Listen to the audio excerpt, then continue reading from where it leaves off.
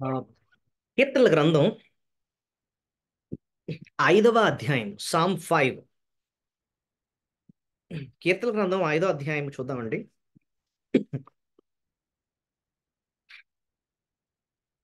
ఈ 12 వచనాలు ఉన్నాయి. 12 వచనాలు ఆ, మనం ప్రభు సహాయం కోరుకుంటూ ధ్యానిద్దాం. ప్రార్థనకు చాలా ఆ, మంచి పాఠాన్ని మనకు నేర్పిస్తుంది కీర్తన. దేవుడు మన కొరకు ఈ కీర్తన రాయించాడు. ప్రభు సహాయం కోరుకుంటూనే మనం ఈ భాగాన్ని ధ్యానిద్దాం. ప్రభు మీకు స్తోత్రాలు. ఈ కీర్తన మేము ధ్యానిస్తుండగా నీ సహాయం మాకు అనుగ్రహించమని, ప్రార్థనలోకి మమ్మల్ని నడిపించమని, ఆ, మా హృదయానికి కావలసిన ఆ, ఆత్మీయ ఆహారము అనుగ్రహించి మహిం పొందమని ఏ శ్రమలో వేడుకొచ్చున్నాం తండ్రి. ఆమె ఈ కీర్తన 5వ అధ్యాయము సామ్ 5. ముందుగా నేను ఒక 5 వచనాలు చదువుతాను. దయచేసి వినండి. ప్రధాన గాయకునికి పిల్లన గ్రోవితో పాడదగినది దావీదు కీర్తన. యెహోవా, నా మాటలు చెవిని పెట్టుము, నా ధ్యానము మీద లక్ష్యముంచుము. నా రాజా, నా దేవా, నా ఆర్త ధ్వని ఆలకించుము. నిన్నే ప్రార్థించుచున్నాను. యెహోవా, ఉదయమున నా కంఠ స్వరము నీకు వినబడును. ఉదయమున నా ప్రార్థన నీ సన్నిధిని సిద్ధము చేసి కాచి ఉందును. 4వ వచనం. నీవు దుష్టత్వమును చూచి ఆనందించు దేవుడవు కావు. చెడుతనమును నీ యొద్ద చోటు లేదు. డాంబికులు నీ సన్నిధిని నిలవలేరు. పాపము చేయి వారందరూ నీకు అసహ్యులు. అబద్ధమాడు వారిని నీవు నశింపజేయుదువు. కపటము చూపి నరహత్య జరిగించేవారు యెహోవాకు అసహ్యులు. నేనైతే నీ కృపను బట్టి నీ మందిరములో ప్రవేశించదును. నీ యందు భయభక్తులు కలిగి నీ పరిశుద్ధాలయం వద్ద చూచి నమస్కరించదను.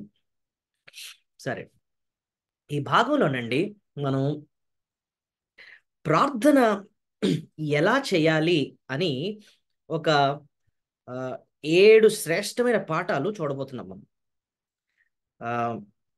7 lessons to prepare us for prayer. ప్రార్థన కొరకు సిద్ధపరచడానికి మనం నేర్చుకునే 7 పాఠాలు మనం ఇక్కడ చూద్దాం. ఈ 7 పాఠాల తర్వాత ఇలా ప్రార్థన చేస్తే ప్రభు ఎలాంటి మేలు మన జీవితంలో చేస్తాడు, అది కూడా మనము చూద్దాం. ఓకే, సరే. ఇంతకీ ఏంటండి ఈ 7 పాఠాలు? దావీదు భక్తుడు మరి ఆయనకు ఎలాంటి పరిస్థితుల్లో గుండా ఆయన వెళ్తున్నాడో ఆ, మనంత స్పష్టంగా ఈ కీర్తనలో మనం చెప్పలేం, కానీ ప్రార్థన అయితే చేస్తున్నాడు. ఏదో తీవ్రమైన అవసరం ఆయనకు ఉంది. అయితే మొట్టమొదటిది, ఆయన ప్రార్థనలోనండి మనం నేర్చుకునేది ఏంటంటే, ప్రభు అధికారం కింద ఉండి మనం ప్రార్థించాలంటండి. సో మొదటి పాఠం చూడండి, ప్రభు అధికారం కింద ఉండి మనం ప్రార్థించాలండి. ఎందుకు చూడండి అలాగా? యెహోవా, నా మాటలు చెవిన పెట్టుము, నా ధ్యానం మీద లక్ష్యముంచుము. ఇప్పుడు చూడండి, నా రాజా, నా దేవ, నా ఆర్త ధ్వని ఆలకించుము. ఆ మాట చూసారా? నా రాజా, నా దేవ, నా రాజా. రాజు అని ఒప్పుకుంటున్నాడు దేవుణ్ణి. నువ్వు నా రాజు అంటున్నాడు. నా రాజు అంటే అర్థం ఏంటి? దేవా, నువ్వు నా పైన అధికారివి, నువ్వు నాకు రాజువి.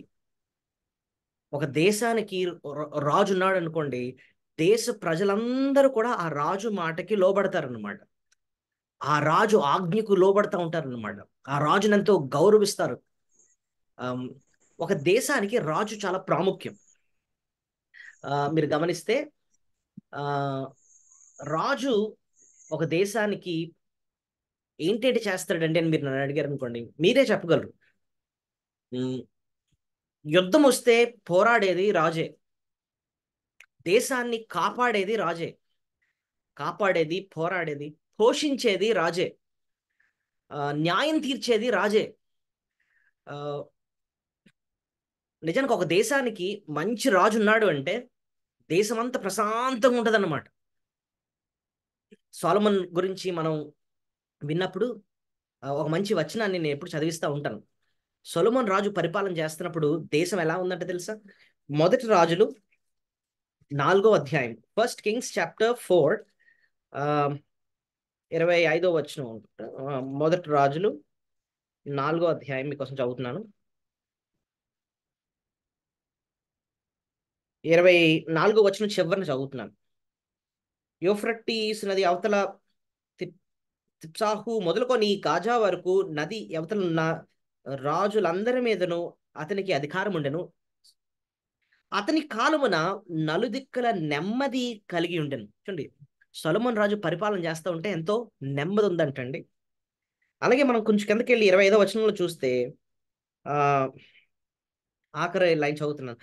ఆ సొలొమోను దినములన్నిటిను ఇశ్రాయేల్ వారేమి యూదా వారేమి దాను మొదలుకొని బేర్షెబా వరకు తమ తమ ద్రాక్ష చెట్లు క్రింద అంజూరపు చెట్లు క్రింద నిర్భయముగా నివసించుచుండరి. ఆ మాట చూసారా? నిర్భయం. సో రెండు పాదాలు మనకు అర్థం, నిర్భయం, నెమ్మది. సొలొమోన్ పరిపాలిస్తుంటేనే నిర్భయం ఉందంట, నెమ్మది ఉందంటండి. మరి మనల్ని పరిపాలిస్తుంది రాజాతి రాజు, దేవాతి దేవుడు, king of kings, lord of lords. ఆయన పరిపాలిస్తున్నప్పుడు మనం ఇంకెంత నిశ్చింతగా ఉండాలి కదా. అయితే మనము ఎప్పుడండి ఆయన యొక్క సంతోషాన్ని అనుభవిస్తామంటే మనం ఆయన అధికారం కిందకి రావాలన్నమాట. ఆయన రాజే, కానీ నీకు రాజా, నాకు రాజా ఆయన. మనం ఆయనకు లోబడుతున్నామా? మనం ఆయన క్రిందకు వచ్చినప్పుడే, ఆయన అధికారానికి లోబడినప్పుడే, విధేయత చూపించినప్పుడే, అప్పుడే ఆయన యొక్క సంతోషాన్ని, ఆయన ఇచ్చే ఆశీర్వాదాన్ని, ఆయన యొక్క మేళ్లను మనం అనుభవిస్తాం. Have you come under the lordship of Christ? చూడండి, చాలా మంది యేసుప్రభు అంటే నాకు చాలా అభిమానం అండి, యేసుప్రభు అంటే నాకు చాలా ఇష్టం అండి, యేసుప్రభు పాటలు పాడుతూ ఉంటానండి, యేసుప్రభు యొక్క ఫోటో పెడతాను ఉంటానండి, యేసుప్రభు ని స్మరించుకుంటా ఉంటానండి, అంత బాగానే ఉందండి. యేసుప్రభుకి లోబడుతున్నామా? ఆయన మనకు రాజా ఫస్ట్. చూడండి, అభిమానం ఉండడం వేరు, అధికారం కిందకు ఉండడం వేరు అనమాట. అభిమానులు వేరు. ప్రభుకి కావాల్సింది అభిమానులు కాదు, ఆయన అధికారానికి లోబడేవారు. Okay, to submit to him. లూకా సువార్త 6వ అధ్యాయం 46వ వచనంలో కూడా ఈ మాటను మీకు వినిపిస్తాను. చూడండి, యేసు ప్రభు తన నోటితో పలికిన మాట. లూకా సువార్త 6వ అధ్యాయము ఆ 46వ వచనం. నేను చెప్పు మాటల ప్రకారం మీరు చేయక ప్రభువా ప్రభువా అని నన్ను పిలుచుట ఎందుకు? చూసారా? ఆ నేను చెప్పిన మాట ప్రకారం మీరు చేయక ప్రభువా ప్రభువా అని నన్ను ఎందుకు పిలుస్తున్నారు అంటున్నాడు. అంటే అర్థం ఏంటి? మనం ఆయన్ని రాజా రాజా అని చెప్పి పాటలు పాడడం ఆయనకి ఇష్టం లేదండి. ఆయనకు కావాల్సింది ఏంటంటే ఆయన చెప్పిన మాట ప్రకారం చేయడం. That is coming under his lordship. ఆయన అధికారం కిందకి రావడం అంటే అది. దేవుడు ఎప్పుడండి మన ప్రార్థన వింటాడు, ఎప్పుడు మన ప్రార్థనకు జవాబిస్తూ ఉంటాడు? మొట్టమొదటిది మనం ఆయన అధికారం కిందకి రావాలన్నమాట. Come under the lordship of Christ. ప్రభు అధికారం కిందకి రావాలి. మరి మనం ఆయన అధికారం కింద ఉన్నామో లేదో ఎలా తెలుస్తుందండి అంటే, మనకు తెలుసు, మన జీవితంలో ఎన్నో నిర్ణయాలు తీసుకుంటా ఉంటాం. ప్రతి నిర్ణయంలో మనం జ్ఞాపకం చేసుకోవాల్సింది ఏంటంటే, ఇది ప్రభుకి ఇష్టమా? ఇది ప్రభు సంతోషిస్తాడా? ప్రభువు వాక్యానుసారంగా ఉందా ఇలా ఈ నిర్ణయం? ప్రతి చిన్న చిన్న విషయాల్లో కూడా మనం ప్రభు ఆయన వాక్యాన్ని జ్ఞాపకం చేసుకుంటా ఉంటాం అనమాట. వాక్యానుసారంగా ఉందా ఈ నిర్ణయం? ఆ, ఉమ్, సో ఎప్పుడు వాక్యంతో పోల్చుకుంటూ వాక్యపు అధికారం కింద ఉండడమే మనం ప్రభు అధికారం కింద ఉన్నాం. అప్పుడే ఆయన మనం మొర ఆయన ఆలకిస్తాడు. రెండోది మనం చూద్దాం. రెండోది ఏంటంటే, అధికారం కింద వచ్చి ప్రార్థన చేయడం మాత్రమే కాదంట, విశ్వాసంతో ప్రార్థన చేయాలట. విశ్వాసంతో ప్రార్థన చేయాలని ఎక్కడ రాస్తుందండి అని చేసి మీరు చూడండి, 2వ వచనం. నా రాజా, నా దేవ, నా ఆర్తధ్వని ఆలకించుము, నిన్నే ప్రార్థించుచున్నాను. ఆ మాట అండి, చూడండి, నిన్నే ప్రార్థించుచున్నాను అంటే, నిన్నే అంటే అర్థం ఏంటంటే, దేవ ఇంకెవ్వరిని నేను నమ్మను, నీ అందే నేను విశ్వాసం ఉంచుతున్నాను, నువ్వు ఒక్కడవే నాకు దిక్కు, నిన్నే నేను ప్రార్థన చేస్తున్నాను. నీకే ఎందుకు నేను ప్రార్థన చేస్తున్నాను అంటే, నువ్వే కదా నాకు రాజువే. నువ్వు రాజు అయితే నేను నీ నీ ఆ, ప్రజలను, నువ్వు కాపరు అయితే నేను నీకు గొర్రెను, నువ్వు యజమాను అయితే నేను నీకు దాసుడిని. నేను ఇంకెక్కడికి వెళ్ళగలను? నాకు నువ్వే కదా ఉన్నావు. కాబట్టి నిన్నే నేను నమ్ముకున్నాను. నాకు ఇంకెవ్వరు ఆ, అంత నమ్మకస్తులు కాదు, ఎవరిని నేను నమ్మను. నిన్నే నేను నమ్ముకుంటున్నాను తండ్రి, నీ పాదాల దగ్గరికే వస్తున్నాను. అది విశ్వాసం అండి. ఎక్స్క్లూజివ్. నువ్వొక్కడవే, నువ్వొక్కడవే, నువ్వొక్కడవే. నిన్నే నేను ప్రార్థన చేస్తున్నాను నాయన. ఆ, నేను ఈ మధ్యన యాకోబు జీవితాన్ని ధ్యానిస్తున్నాను. యాకోబు ఆ, ఆయన లాబాన్ నుంచి దగ్గర నుంచి వచ్చేస్తున్నప్పుడు తనతో పాటు రాహేల్ కూడా వస్తుంది. రాహేల్ వస్తూ వస్తూ లాబాన్ యొక్క విగ్రహాన్ని పట్టుకుని వస్తుంది అనమాట. ఆ తర్వాత గొడవ అవుద్ది, అంత మనకు తెలిసిందే. కానీ అక్కడ రాహేల్కి ఆ, ఒక విగ్రహం తన దైవం అన్నమాట. వాళ్ళ ఇంటి దగ్గర నుంచి విగ్రహం తెచ్చుకుంది. అంతేకాకుండా యాకోబు యొక్క ఆ, సంతానం రూబేను, షిమ్యోను వీళ్ళందరూ కూడానంట వాళ్ళు యెహోవాను దేవుణ్ణి సేవిస్తూనే ఒక పక్క నుంచి ఆ చుట్టూ ఉన్న అన్యజనుల యొక్క విగ్రహాలు తెచ్చుకొని వాళ్ళు మొక్కుతున్నారట. అయితే ఒకానొక టైంలో యాకోబు కుటుంబం అంతటిని పిలుస్తాడు. ఏమంటాడు మీరే చూడండి. ఆదికాండం 35 అధ్యాయము 35 కదా. ఉమ్. ఆ, ఆ, 35:2 యాకోబు తన ఇంటి వారితోనూ తన యొద్దనున్న వారందరితోనూ మీ యొద్దనున్న అన్య దేవతలను పారవేసి మిమ్మల్ని మీరు శుద్ధిపరచుకొని మీ వస్త్రములను మార్చుకొనడి, మనము లేచి బేతేలునకు వెళుదుము. ఆ మాట చూసారా? మీ దగ్గర ఉన్న విగ్రహాలను, వీళ్ళు ఎవరండి అంటే యాకోబు యొక్క సొంత పిల్లలు. యెహోవా దేవుని సేవిస్తూనే ఒక పక్కన అన్య విగ్రహాలన్నీ తెచ్చేసుకున్నారట పోగు చేసుకొని. అంటే యెహోవాతో పాటు వీటిని కూడా పూజిస్తున్నారనమాట. అంతే యాకోబు పిలిచాడు అందరినీ. మీ దగ్గరున్న ఆ అన్య దేవతలన్నింటినీ కూడా బయటకి ఇసిరేయండి. ఎందుకంటే మనం ఎక్కడికి వెళ్ళాలి తెలుసా? బేతేల్కి వెళ్ళాలి. బేతేల్ అంటే దేవుని సన్నిధి, దేవుని మందిరం. దేవుని దగ్గరికి, యెహోవా దేవుని దగ్గరికి వెళ్తున్నాం. ఆయనే, ఆయనే మనం సేవించాలి. మిగిలిన పక్కన పడేయండి అంటున్నట్టు అనమాట. అయితే మనం రెండో పాఠం, అమూల్యమైన పాఠం మనం నేర్చుకునేది ఏంటంటేనండి, ఆయన యందు మాత్రమే విశ్వాసం ఉంచుతూ మనం ప్రార్థన చేయాలి. మనుషులు, కొంతమంది మనుషుల్ని దైవాలుగా పూజించేస్తూ ఉంటారు. ఈ బాబా ఆయన పెద్ద లీడర్ అండి, ఆయన మీద నమ్ముకోవాలండి, ఆయనే మాకు దిక్కండి. ఏ మనిషి కూడా నమ్మదగిన వాడు కాడు. ఒక మనిషిని బలపరచాలంటే దేవుడు బలపరచాలి. మనిషిని అంతా నమ్మేయకూడదు.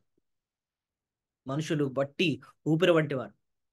భక్తుడు ఇక్కడ ప్రార్థన చేస్తూ అంటున్నాడు, నిన్నే ప్రార్థించుచున్నాను. సో మొదటిది, ఆయన అధికారం కిందకు వచ్చి ప్రార్థన చేయాలి. ఆయనకు లోబడుతూ ప్రార్థన చేయాలి. అధికారం కిందకు రావడం అంటే ఆయనకు లోబడుతూ, ఆయనే నా రాజు, నేను ఆయనకు లోబడాలి. రెండోది, ఆయన ఆయన యందు విశ్వాసం ఉంచుతూ, నిన్నే నేను నమ్ముకున్నాను ఆయన, నీకే నేను ప్రార్థన చేస్తాను అన్నట్టుగా ఆయనకు మొరపెట్టాలట. మూడోది, ఆయన కృప మీద ఆధారపడాలటండి.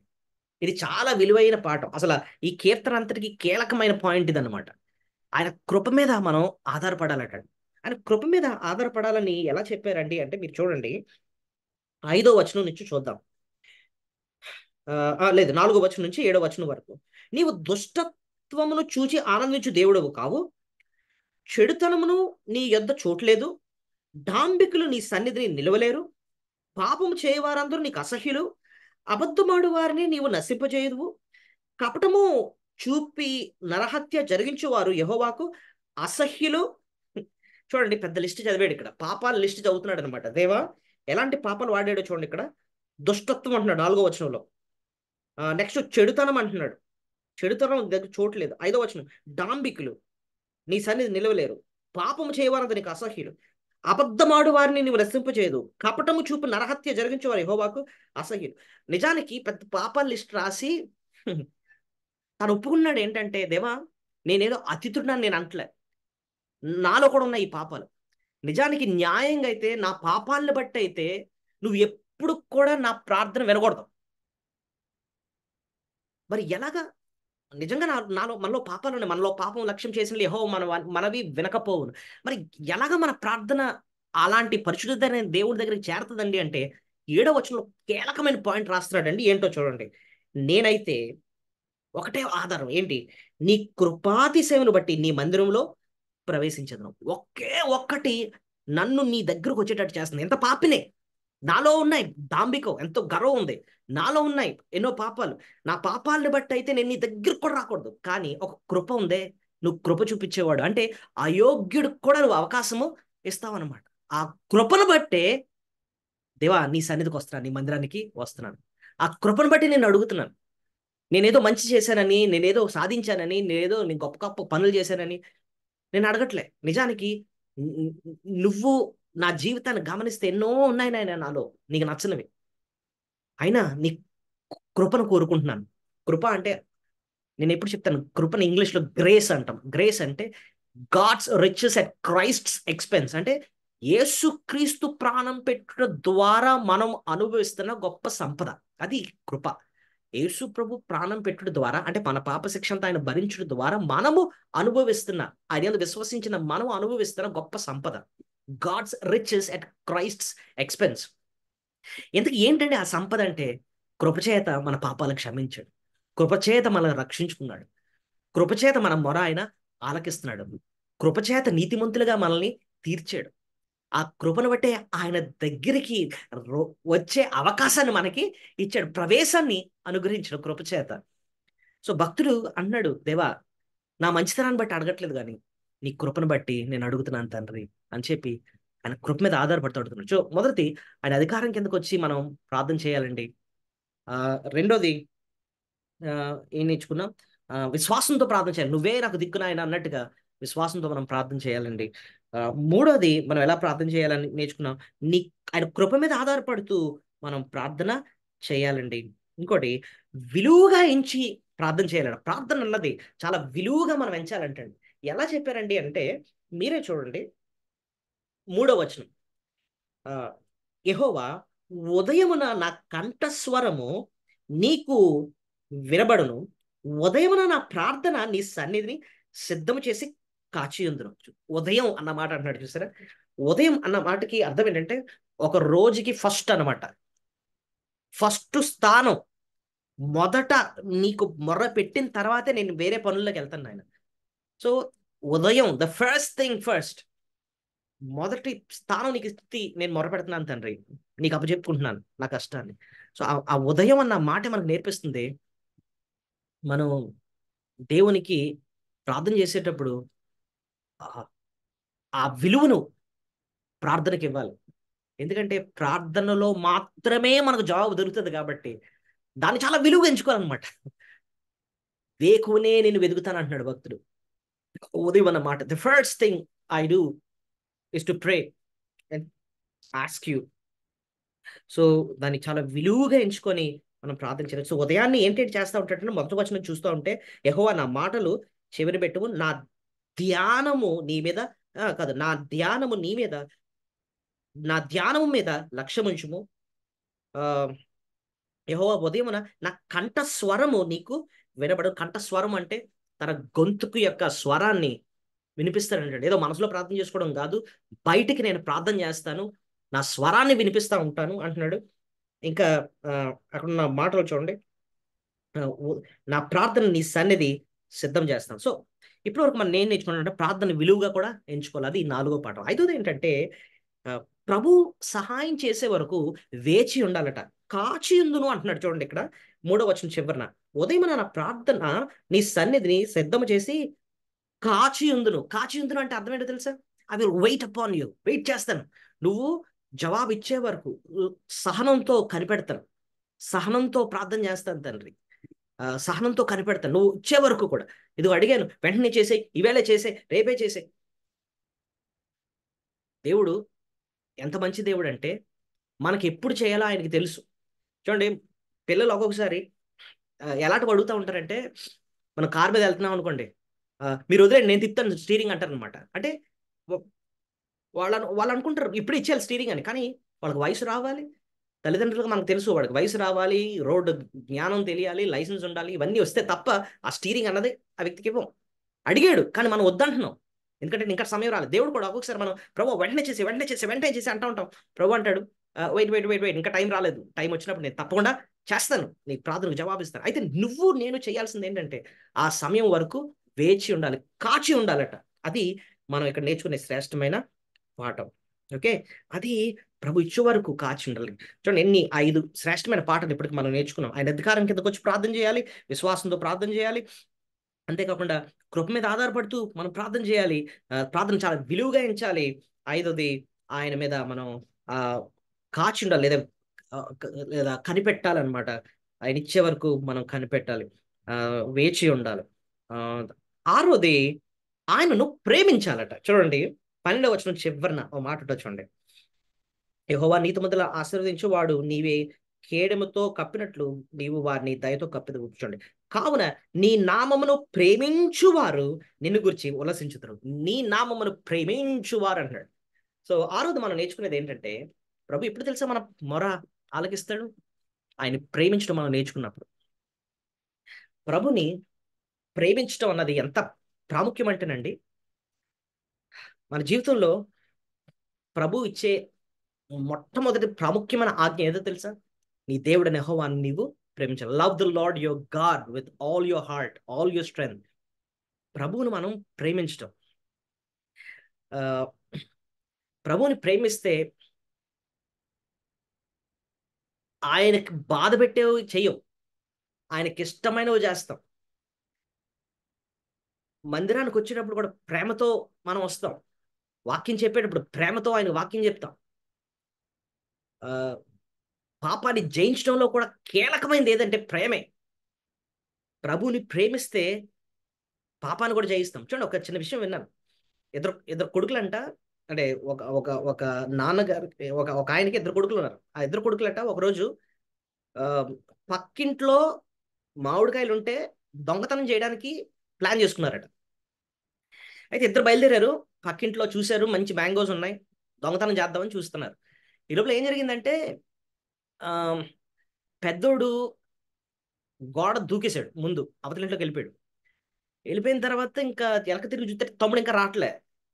మళ్ళీ చూసారే, ఏరా రావట్లేదు, త్వరగా రా, ఎవరో వచ్చేస్తారు, మన అర్జెంట్కి వెళ్ళి దొంగతనం చేసుకొని లోపలికి వెళ్ళిపోవాలి. అది ఇది అంటుంటే చిన్నోడు వెయిట్ చేస్తున్నాడట. వెయిట్ చేసి ఆ రావట అంటే గోడ దూక్కుండా అటు ఇటు చూస్తున్నాడట. ఏరా, నాన్నకేమైనా తెలిసిపోద్దేమని భయపడుతున్నావా ఏంటి, నేనేం చెప్పనులే, అది ఇది అంటుంటే ఒక మాట అన్నాడట. అన్నా, నాన్నగారికి ఈ విషయం తెలిస్తే మాత్రం చాలా బాధపడిపోతారన్నా, మనం దొంగతనం చేయకూడదు అన్నాడు.